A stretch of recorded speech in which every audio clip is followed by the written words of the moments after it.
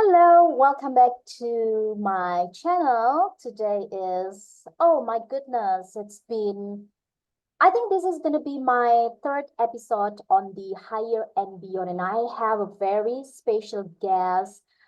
She is an amazing friend that I met online, and we have a great relationship, even though we never met, but we always have a communication on many social media, though. And I can't wait to actually have a discussion with her. She's amazing. She is actually working professional helping people on the well-being, and she is a life coach, and I'm so curious about what is gonna be our discussion today. And I personally, you know it's so curious about her because we're gonna talk about parenting and relationship with kid. And I believe that everybody, well, obviously have relationship with a kid, and then how we're going to talk also about parenting, and especially parenting is very important in life. Can't wait to have a discussion with her. And hi Mariam, how have Hello, you Yuti. been? I am fine, thank you. And how are you? I'm great. I'm so excited about our discussion today, and I'm so curious about everything. And thank you so much for joining me, and thank you for being my special guest today. Thank you. I mean, I thank you. You got me on this episode of yours. Thank you so much Oh, it's for this amazing. exposure. Oh, yeah, yeah, yeah. It's really, really beautiful. Um, we met online, quite long ago.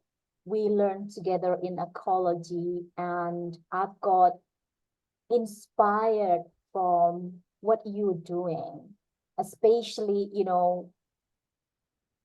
you've been talking about parenting and relationship with the kids.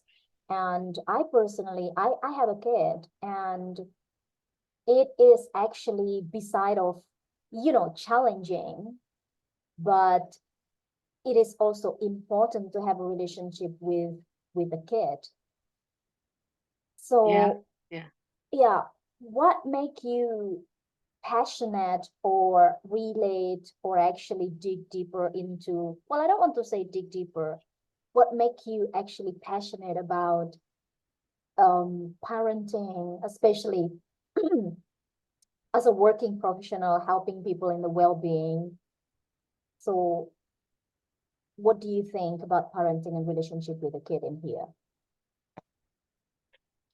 Actually, my journey started around like 2 years back. I think a little more than 2 years when I started on this self-awareness journey. And the reason I did that was I was finding it very difficult to cope up with the changing needs of my children. So I had two kids, and now I have three. So the older one was a very simple to handle kid. Okay, she's a girl child, very easily. She understands you, and she's a mommy's kid. So uh, girls are really really sweet, and they understand. But when the second one came along, I was a little ruffled because his behavior was completely different from my older child. So I wasn't able to handle it. And I thought whatever I did with the first one is enough for me to handle the second one. And I was completely wrong. So, yeah, and I faced a lot of trouble. I think as parents, sometimes we have this need to control our kids. Even if you're trying to discipline them, you think that if I don't control them now, later on they won't, listen to me, or I don't know, some kind of fear at that point in time, maybe. So yeah, that's how I thought that there is something I need to do about it. And instead of just disciplining my child, I need to learn another way to, uh, get him to maybe not listen to me, but even understand him so that, I can be of help to him if he's facing some problem with any issues, right? So I gather that he has this need for attention, and the younger ones are usually in this need. And kids, obviously, they are small and they need the mother's attention. And since I work, so yeah, they get less of time with me. So yeah, I mean, there were a lot of things going on then, and that's how I started this journey. More than that, also, um, there were a lot of things coming up in the news about uh, teenagers and many who were giving exams who were committing suicides, right? And Hmm.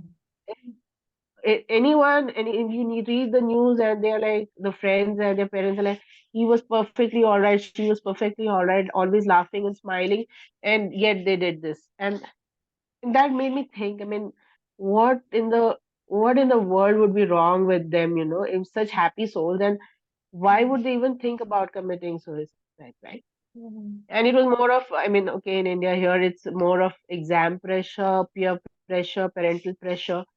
So that thing about parents pressurizing their kids, it really disturbed me. And I thought maybe somewhere I'm doing the same, like from the initial stages itself, right? I mean, not for studies. I mean, I let them do whatever they find is okay, unless they are getting the basic study material knowledge and they're doing their exams okay, it's fine with me.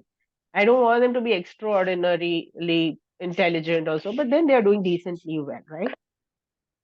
But we as parents sometimes forget that these children are just individuals, right? They cannot be laden with our burdens of our hopes Hmm. or whatever we want them to do. So mostly it's like the parent will be like, I couldn't do this because I didn't have the opportunity. So my child must get all the opportunity in the life, and so I'll make my child do this. But maybe your child doesn't want to do it. Have Hmm. you ever thought about that? So when we don't think in those lines and we just go on telling them like, you have to do this, you go for these classes, you need to get your grades this, and all those kinds of things are just pressurizing the little mind. And as they grow up, they struggle with this and they are not able to express it to anybody else. So my work as a life coach would be mainly to be able to connect with these kind of children, right? Who will be uh, pressurized, and maybe even not pressurized, but they understand that they are struggling somewhere. Hmm. They need help, but they're not able to go and talk to their parents for fear, maybe, or even shame, guilt, whatever. So if someone is there to just listen to them empathetically, to understand what it is that they're trying to say. So my journey is to be doing that. And one of the ways I'm doing it is through my podcast, where I invite children and their parents to come and speak to a coach, right? So they have their daily struggles about maybe fear, or about parenting, or about letting go of making decisions, or small things like that, right? So when you speak to a coach, what you understand is it's not going to be all that difficult talking about it. But to get the courage to come up and speak, that is going to take a lot of work, right? So yeah, so that's the way I started off with this journey of my life coaching. It started with me to begin at my home, and then yeah, whatever I've learned, I'm just helping people with it. Yeah. Wow. This is big hope for the Hmm. world to make our children, to be themselves. And like what you said, as a parent, I experienced that too, about pressure from the parents, that the parents, like,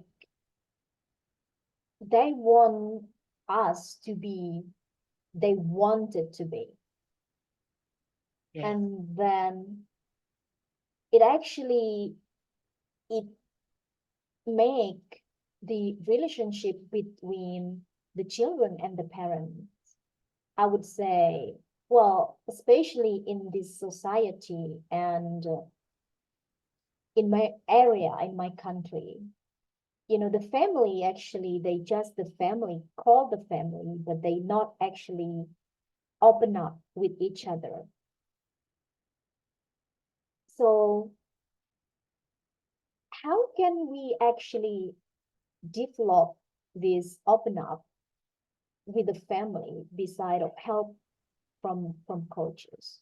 How can we develop as a parent, and you're Yeah. working in the parenting in this case? So the first thing is always love, right? I don't think there will be any parent who doesn't love their child. They love them so much. But with love comes communication. Communication in the sense of not being an authoritative kind of a person. There is a two-way communication.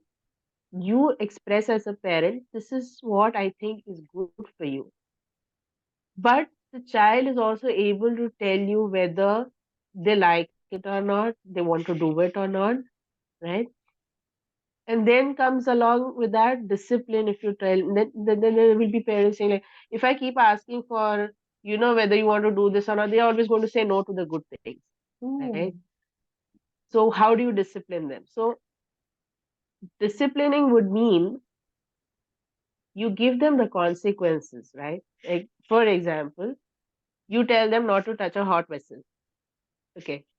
So the child is like, I don't want to listen to you, but I want to all the more go and touch it. So no parent would want the child to go and touch the hot vessel. So you give them the consequences. One, if you don't touch the hot vessel, you won't burn your hands and you won't need to go to a doctor. Or two, if you touch the hot vessels, you're going to burn your fingers and be hurt and all that. You give the choice, right? So this mm, is just a small example, but along with other things also, you can give them the choice. With this, what you're doing, one, you're going to be giving them the freedom to make their choices, whether good or bad, right? And the second one would be, if they learn from their mistakes, they will not repeat the same things again, right? So yeah, I mean, uh, it's a good thing to apply. It's a very difficult thing to do in the beginning, but once you start doing it, you'll find that the child is critically thinking about a situation. Okay, they don't just randomly do it. So they start at a very young age, and if you can imbibe that in them, I don't think parenting is going to be very difficult after that. But if you all the time are like, no, you just do this and you just do that, do what mama tells you to do, but you give them a reason why you're saying that, and the consequences of it, right? If you do this, this might happen. If you don't do this might happen. It's up to you what you choose, right? mm. So yeah, I mean, I've done that with my kids, and I found that like, okay, but they make their mistakes, but then they learn from it, and then the next time they're like, okay, mama, we're not going to do this again. Yeah. Mm, Yeah. So I mean, yeah, I mean, these are small things, and so when they grow up, they'll be very independent adults, and they won't need people's opinions, or they could take advices, yes, but they won't need opinions for their work. They would uh, make a decision completely firmly with their own mind, knowing what is right and wrong. So our work as a parent, I think, would be to give them those values based on which they make decisions, right? Everyone has their core value. It could be anything like love, trust, honesty, whatever it is.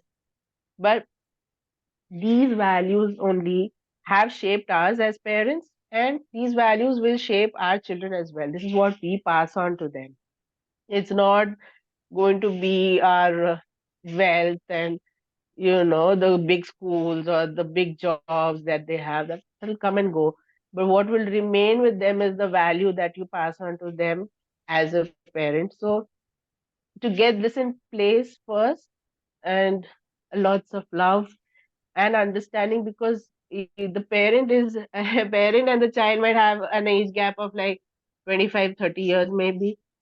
So the child cannot think like a 25-year-old, and the parent, it's going to be difficult to come down. But then they have to understand, if my child is a 5-year-old kid, I cannot be treating him or her like a 25-year-old person, right? So I have to come down to that level, and all out of love. I mean, you do it out of love, and you are done with it. So yeah. Mm. Yes, so that's the take on it. And communication and love, I mean, I think are the root key things that you'll need between a parent and a child. When you don't convey what you are thinking or what you are feeling, the child won't do it to you either, because they tend to learn from us, right? They don't uh, learn from what we tell them to do. They learn from what they see around them, what they hear. So if a parent is keeping away from the child uh, anything that they're going through, the child will do the same as well, because for them that's the role model, right? The role model is at home, and they're doing that. So for them, that's going to be the norm. Yeah. So later on in life, when they've done something, and which is very bad or maybe affected them in some way, there are parents who say, I never knew my son or daughter did like that. I never knew that they were in this direction. Why? Mm. Because they never spoke to you. There was no communication about it. Yeah. So yeah, so communication and love, I would say, a lot, without being judgmental about your kids. That's Mm. how you will imbibe in them the same things that, yeah, you want them to, those values that you want them to imbibe in them. I think, yeah, that is what has worked for me. It's my Mm. perspective. It could be different for different people, yeah. Yep, yep. And it's actually interesting about discipline in here. Um, Beside giving freedom, we also teach them how to be disciplined. And Mhm. especially as a parent, we Mm. it would be better, and it must, I would say, to be a role model for our kids. And this is not an easy job. And beside of the discipline, why is it that parent actually, not all parents, it's only some, they not actually giving freedom for their kids? Why is it they don't give the freedom? According to what I've seen or I've understood all these while is, uh, the child who's had a very authoritative parent, right? Who's always controlled their lives, right from childhood even through adulthood. So their child becomes a replica of the parent, right? Like I said, children, they learn from what they see and not what they are told. So even if a parent tells the child, you must learn to make your own decisions, but at the same time, do not give that kind of freedom to their child. Mm. Obviously, the child is going to role model the same thing. So when they have kids, they will become this controlling figure, and they will not be able to give that kind of freedom. But there could be other things also. There could be fear, there could be guilt, there could be a lot of other things with the parent as well. We don't know unless the parent has. But and then it shows also that the parent has not been on their self awareness journey. If they were so much aware of themselves, they would actually not be controlling their child. But yeah, and discipline, I agree. There are a lot of basic things that you need to discipline your child with, like, about, say, when my kids come from school, I'm like, your shoes should be in the shoe rack and they shouldn't be around. Um, your clothes must be hanging in this particular place and not anywhere else. So I could be telling them all this, but if I am not doing it as part of discipline, they see that, right? Mm. And they, my daughter is like very free with me. She'll be like, Mama, but you don't do this, and how do you expect me to do it? Yeah. So yeah, I mean, we are human beings. We sometimes fail. At times, we cannot be always 100% perfect. But when you're telling them to do something, you'll be like, let me do it and show it to you, and then you follow. So if you want them to discipline, you have to be disciplined first. You Mm. have to have a routine in place. You get up at this time, do your this work at this time, and you keep your things at this particular place. So if you do that, your child is watching you all the time, and it's absorbing whatever the child is seeing, is absorbing it. So when you do that, they will automatically take it on. You won't need feel the need to tell them to discipline it. No. And they're just kids. I mean, let them be, right? I mean, if they won't play right now, how can you just make uh, what do you say, a 5-year-old behave like a 20-year adult? You can't, Yeah. right? Mm. Kids are just kids. They learn as they grow. You have to keep nurturing them, having these conversations and things like that. I think that helps, and that's helped me a lot because I was the kind of a very no, I wouldn't say dominating, but yes, with my second child, it was very troublesome for me to just getting him to do any one stuff because his answer would be no to everything. Yeah. Mm. Yeah. So to get him to do something would mean, oh my God, we've got to really fight it out within ourselves. Yeah, I mean, I've gone through that phase. I know how it feels. I know how the parent feels at that point in time, so helpless and so angry and have no idea what to do with this child. But yeah, yeah. Mm. So as a So, but parent, yeah, it you can. takes a lot of effort from the parent, and it isn't easy. Mm. But integrity is also a part of it, right? So, what you're projecting is integrity when you do something when not no one is looking, right? So if you're doing that, even if your child is watching TV, but he observes what his mother is doing or his father is doing, so they take in all those things. Like I said, they learn what they see, what Mm. they experience around them, and mostly it's at the home, right? So yeah, I mean, integrity, lot. I mean, if that isn't a core value, I don't know what else is. Everything else comes up, obviously. Yes, love, courage, everything comes. But this is core, right?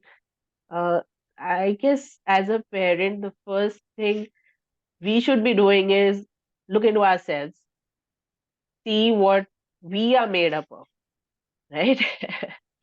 Evaluate ourselves, see what is it that we are doing, right? So yeah, I mean that self-awareness is required before you even think about parenting.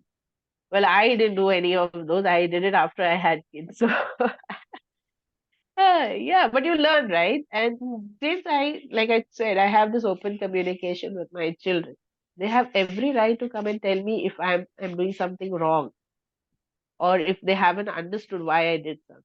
So when they tell me or ask me such things, it makes me think as well, okay, I'll step back and see what I'm doing, whether it's right or wrong. So that also helps me in my awareness.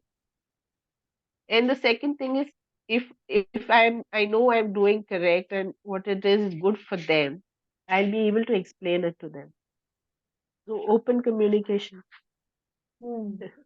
And yes, and it is like a communication is very deep in every relationship with the Yes. child, with ourselves. And Mm-hmm. this is also comes to the in the parenting style Mm-hmm. that something actually I'm curious about in the parenting style, as it is not easy job. Um, as a parents, we actually have a lot of things to do, like work, like there are many distractions. Um, like force from work or whatever it is, the external distraction, um, money, working and this kind of things. So, which is also as a parent, we need help, not only our children. As a life coach, how do you see with that? I mean, are you asking me whether how do you Yeah, tell your parent need, children about all this? yeah, Or a parent also need a coach, and not only uh-huh. children and Yes, yes. everyone, right? They need help from the professional in this case. Of course, of course. And Yeah. I have been coached by many, and that's why I am what I am today, right? In these past 2 years when I started my journey, I was all this helpless person who had two kids and didn't know what to do. Mm. And just, life was just going on and on for me. And I was so frustrated with it. Like, and I started looking like, okay, is everything else wrong or is something wrong with me? So but then yes, I did discover, with a lot of sessions that I had this thing about not being good enough. So I discovered that about myself. And I think it's with many of us who have this problem of not being good enough. Oh, well, once I learned that and ways and means of how to go about doing things, because imagine, uh, it was COVID time. Uh, I had to go to office still, and my kids and my husband were at home, so I have to cook. I have to see that their classes they're attending and all those things, and make sure everything is okay before I leave for office. When I come back, I have to do the entire routine again and see what they've learned, get on with their homework, and then the dinner and everything. So I was actually doing a lot of things, and for me, I was like, this is not enough. This is not enough. Something is lacking there. I'm not there. I'm not there. So I like you said, when you go out, you're working, you get your salaries, and you can't leave job just to take care of your child and all that. So you need to run your house as well. So of course it takes a lot. It is a lot of pressure on the parents as well.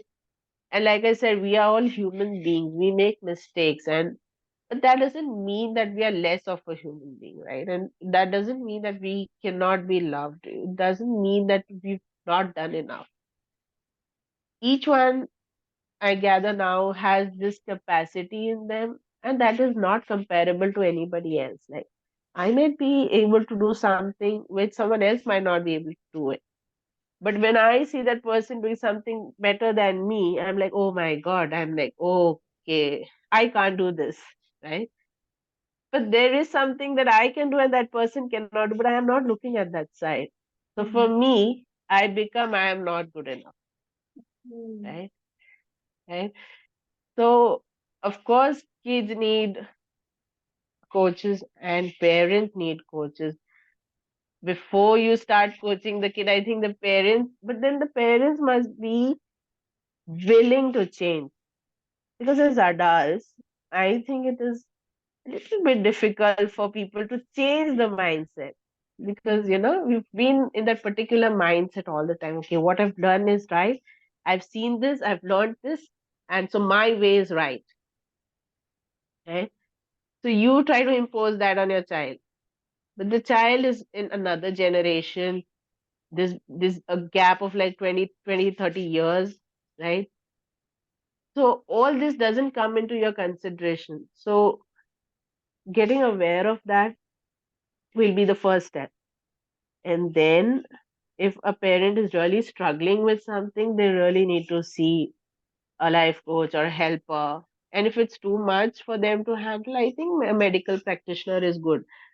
But begin with small, begin with the awareness, and begin with the love that you have for your family. I think it works out. And then get to meet these coaches. It's not about, we have the stigma about mental wellness, and we think that oh my God, mental wellness means this person is mad. But it's not that, right?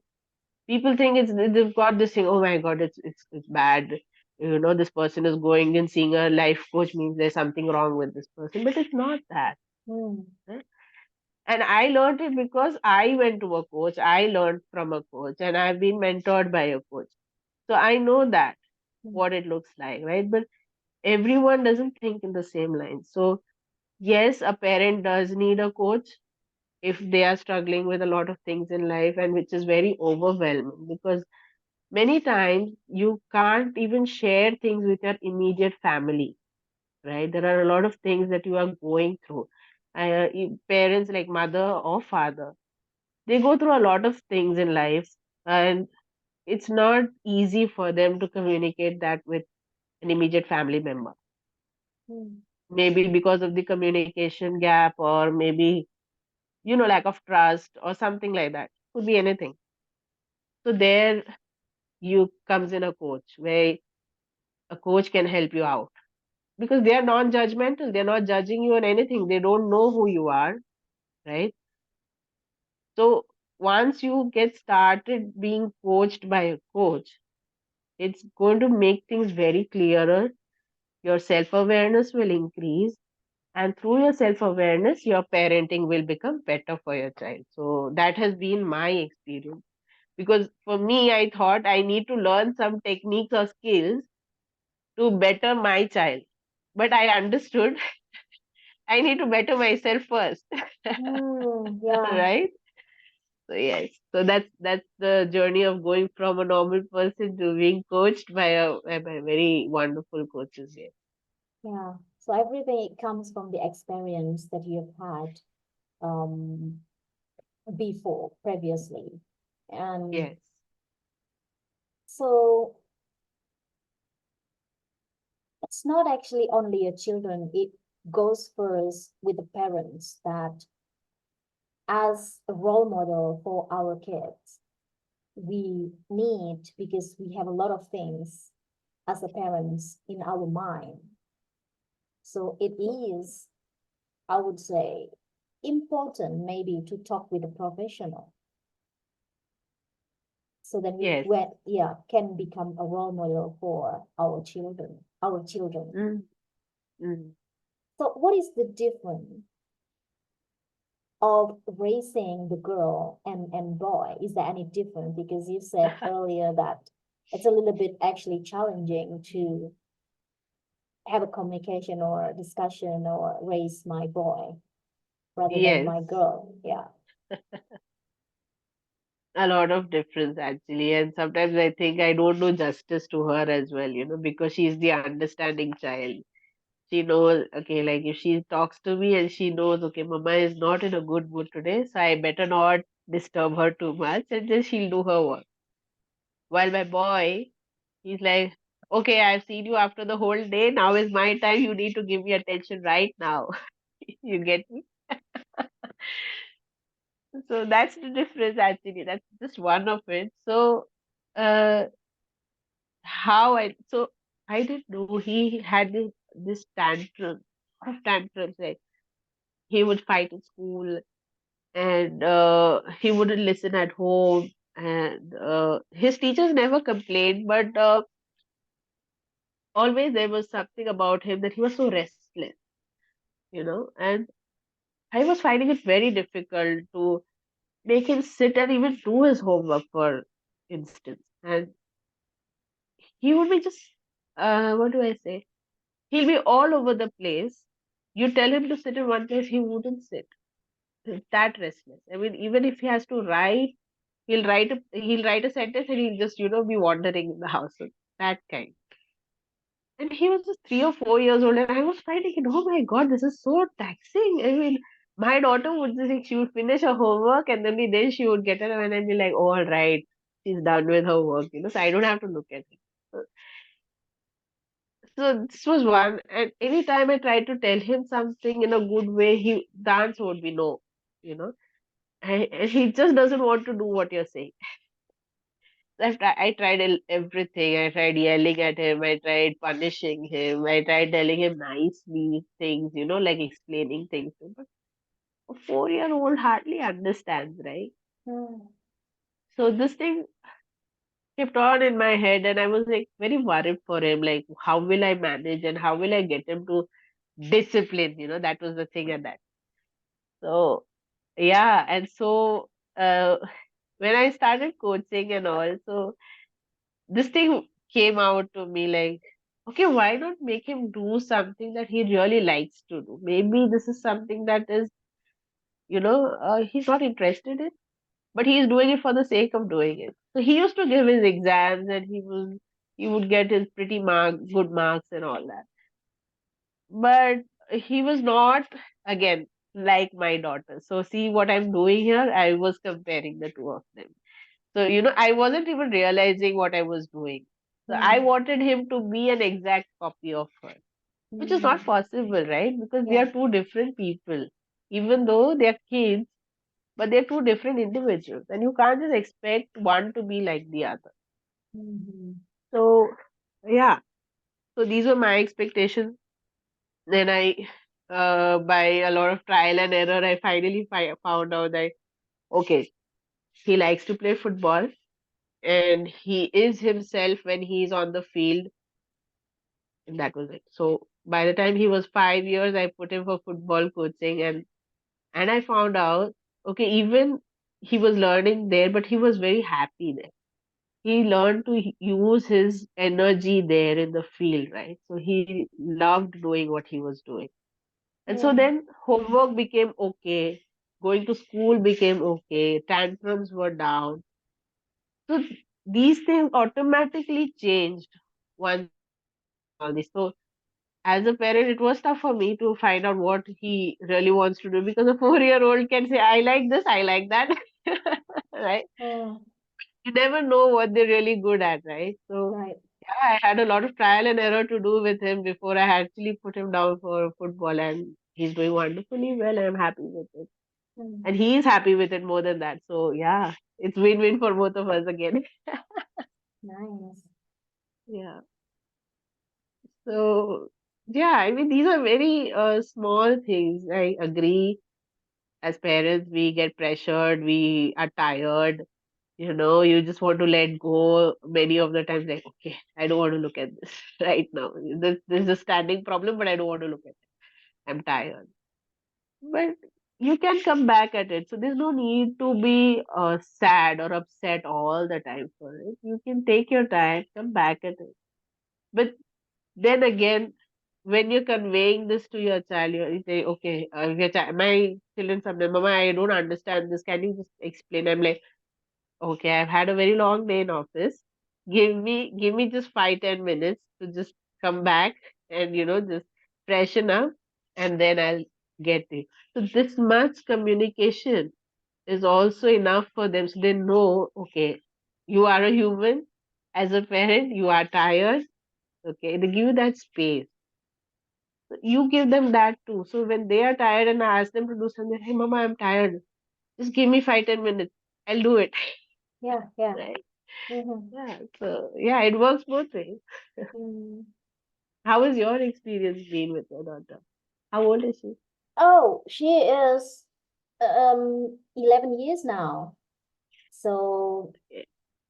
she's getting independent right now, and yeah, it's I would say easier, but of course it's a lot of challenge in there because it's not only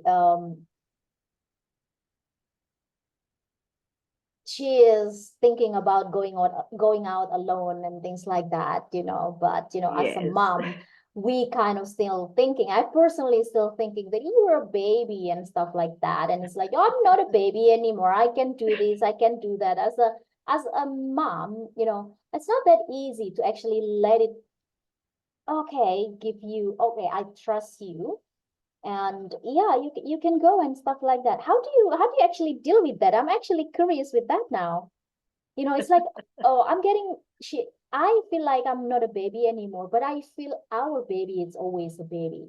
Always a baby, Yeah, yes. yeah. So how do But you then, build trust with that? yeah. Um, for my daughter, I think.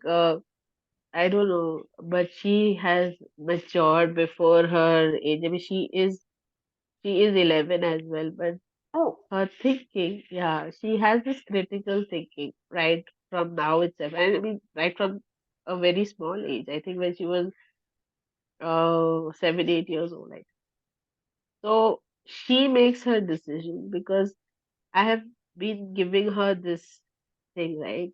Beta, you do this, but this can be your consequence. Like I said right from the start, right? So I give her the option. So now when she wants something or she wants to do something, she weighs the options, right? So she tells me, like, Mama, I want to do this, but you tell me. So I'm like, okay, you know what are the odds, you know what are the consequences. Go for it, whatever you think is okay with you. And then she'll be like, okay, okay. So then she does that. Okay, a yes or a no is her final decision. And so I'm blessed like that because I've been giving her that choice of making her decisions. Right? You start with very small things. And then yeah, as they grow, they learn that. And in going out, I would love to send her, but it's not safe here. So, like, you have very rash driving and, you know, kidnapping and things like that. So it's not safe. I still don't have the guts to send her out alone. I have sent her before once or twice, but, alone on the street, not yet. Hmm. I'm like, okay, let her learn to drive some vehicle and then she can go. But maybe not walking, not on the cycle. It's a little scary, I mean, yeah, I mean, the times are different, and our times used to be a little more safer, but now it's not. So, yeah, it's okay. I mean, as a parent, it could be fine. Uh, Hmm. being scared to, just let them go, just like that. Like I had a talk conversation with a parent in my last podcast, and they were like, schools were sending their kids for a 5-day tour or a 7-day tour. Some parents could send their child, but come on, 1 week without your child at home, and this is totally another place. So some are scared and they wouldn't send. Some are okay with it, like let them explore. I mean, a Hmm. school I think would be a safe place to send them because there Yeah. are responsible people around. Yeah. But then it depends from parent to parent how they feel that letting go thing about, with their children. So yeah, it differs. Yeah. Whatever suits you is fine. Yeah, Right. there is no right Mm-hmm. or wrong. Mm-hmm. Mm-hmm. Wow. Oh my God. It's like it's I can feel how actually who as especially a single mom, it's not that um even not easy, with that because we don't have a partner that we can work with Yes. to actually raise my kid. And is it going to be different they're growing without a figure of one of the other parent comparing? I'm not telling about I'm not actually going to compare, but somehow in a society it's it's actually a bit different, you know, with the other kids who has a complete parents. Yes, of course, it's going to be different Mm. because when you have both parents, they share responsibility. And even if in some cases they don't, there is still this father figure or mother figure, right? So you tend to adapt to one of them. Mm. And being a single parent, I think will be more pressure on the parent than the child because the parent wants to give the best to their child, right? They want to be the father and the mother for the child. And so much so that, they I've seen this in single parents that they worry a lot about how they bring up the child because they don't want the society to judge them. Like, oh, because you didn't have a partner and because you raised your child is, not grown up well and not doing well. So they have this fear from the society. They have this fear of judgment. So all the more it's a pressure on the single parent, because they don't have someone to assist them. Well, there are people who fought with it also. There are people who are doing wonderfully well also with being a single parent. There's nothing wrong in it, right? But this is just to understand that you as a person are doing beautifully well with whatever means you have. You're doing just wonderfully well with your kid, and so there is no need to worry how they go, because it is, you have given them your values, you have given them something that is going to be with them for the rest of their lives, right? So being a single parent or having a partner is okay, but don't get pressurized under the thing that, oh my god, I have to make this extra effort to be, if the mother is raising the child, I have to be the father, or the father is raising the child, I have to be the mother, Hmm. you know because each child is also different, and the way you parent a child is also going to be different. There is no written book that says that, okay, if the child does this, you have to parent in this way, right? There is no written book, there is no right or wrong in this. So yeah, I mean, you do your best, you give it your best shot, and every parent does that, right? They give their best to their child, and they want the best for their child. Mhm. So just keep doing it, and that is enough for them. Yeah, you don't have to be worried about not being good enough, because that is what most parents go through, and I've been through it, right? Even though I, I have a partner, and still I have been through this phase. So yeah, it comes with everyone. It's normal, it's okay to feel that, and still just do what you're doing. It's just wonderful. It's the Hmm. best thing to have a kid to raise. You are raising another human being. It's a big responsibility, and at the same time it is also something to be cherished, because their childhood is not going to come back again. So this is this phase of growing up. When they're growing up, they're changing, they're learning. So as a parent, you are learning with them a lot of new things. And yeah, whatever it is, whatever suits the child and the parent is the best. Hmm. Yeah, that's all I have to say. Yeah, yeah. Well, as a parent, and for all of the parents, well, some parents, I would say, that how can we actually having a good communication with our kid to be a role model? What should we do as a parents beside of talking with a professional, being aware with ourselves as a parent? So what is actually we can do to, I don't know. I would say, just be you. Hmm. You as a person are enough, right? You don't have to be something other than yourself. You are a parent, you are a woman, you are a working person. You are so many identities in one person, right? You are different roles in one person, I would say. Hmm. So being a role model, even if you want it or not, it's going to be there because your child is looking at you, right? Anyway, sorry. So just be you, and what values you carry, what values you show, what values you do actually, those things, they will inculcate, the children will take it up. Like I said, integrity, honesty, love, courage.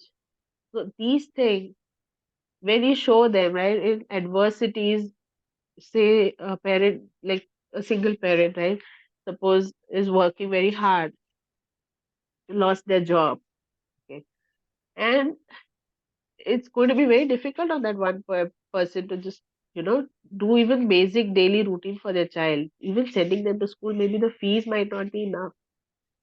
So you communicate with your child, right? So I am trying to make ends meet. So we have this situation right now, right? There is going to be money coming in soon, but for a short period of time, we might have to struggle. So you are preparing the child for adversity.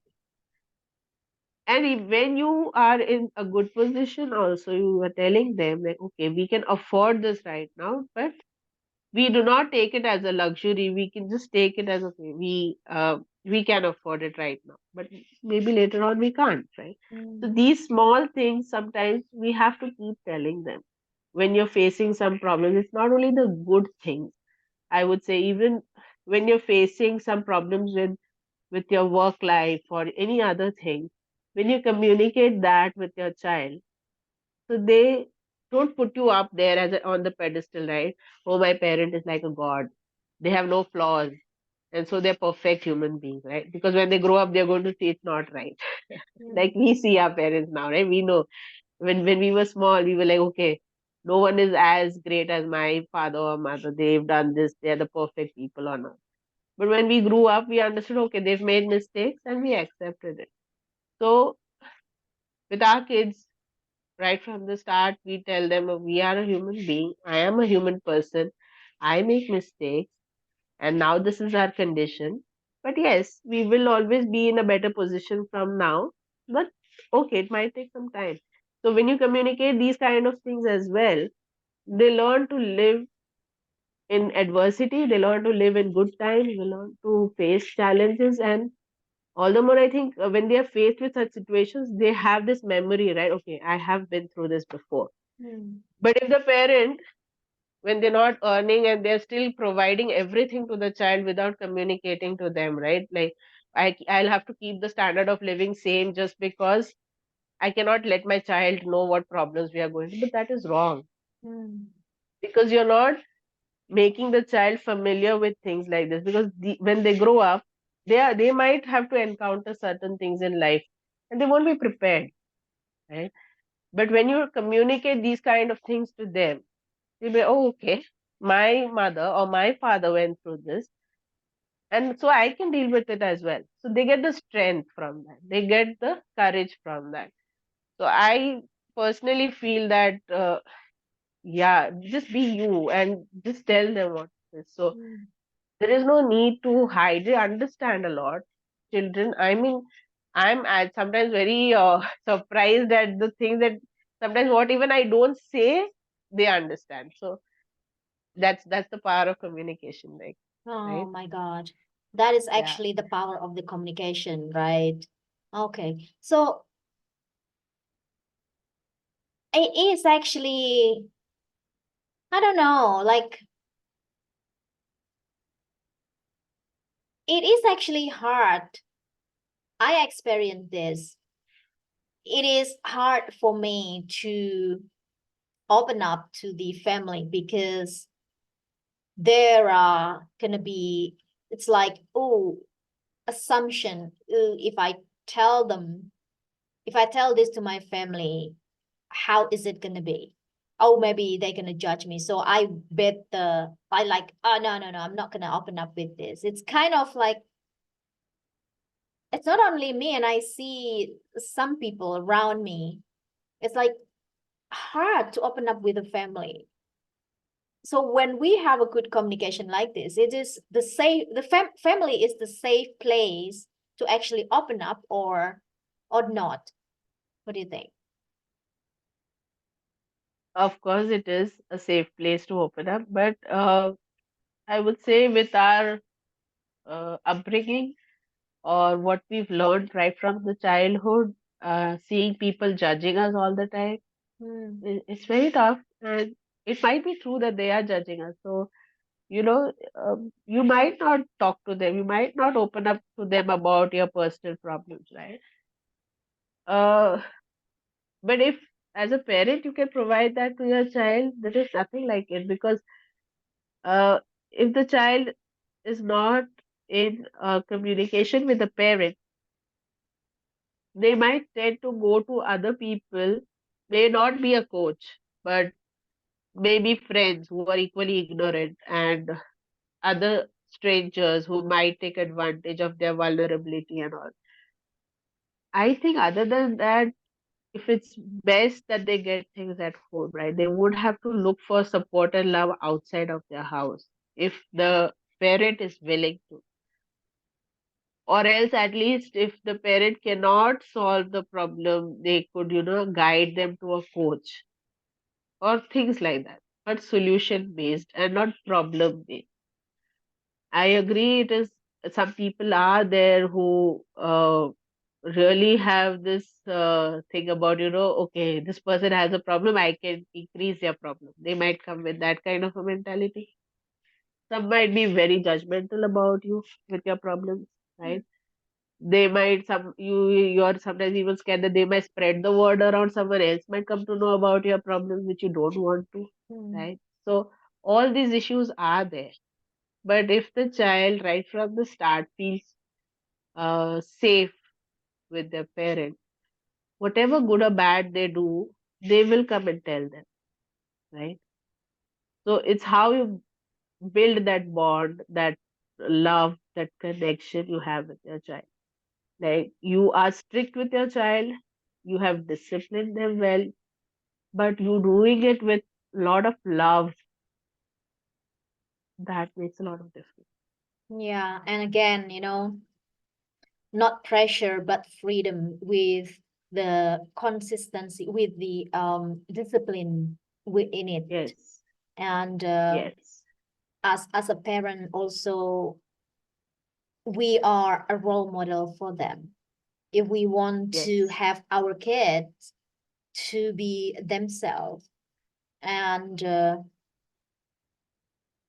yeah, to get better for themselves, it's actually the most very important thing also is communication in here, and provide a safer place for them to express yes, their feeling, to express themselves, to be who they are, to be the best version of themselves as a kid. This is perfect. interesting. And as a coach, we are also help them who need help, to improve how we can have a good and healthy communication with the kids, with the kids. Yes, Oh my yes. goodness. What is the one message that you would like to share to the parents who is watching this um, conversation, and tell them what we can do as a kid or as a parent? Do you have any message for them? I would always say this, that each parent is doing perfectly all right in their capacity. They are just good enough, and we just tend to underestimate ourselves, which is not right. And so just be you, be who you are, authentic with your child, authentic within the family. Make it a safer environment so that even if you as a parent needs to confide in a child, it will be easier if your communication is open, if they understand you in that sense. And above all, there is just love. So Amazing. yeah, Love yeah, is thank you. also, it's also part of it. It's the And biggest part of it. yeah, and talking about love, people just understand about, well, I'm not actually whatever. It's, oh, I know love. I love my kids, but the practice, the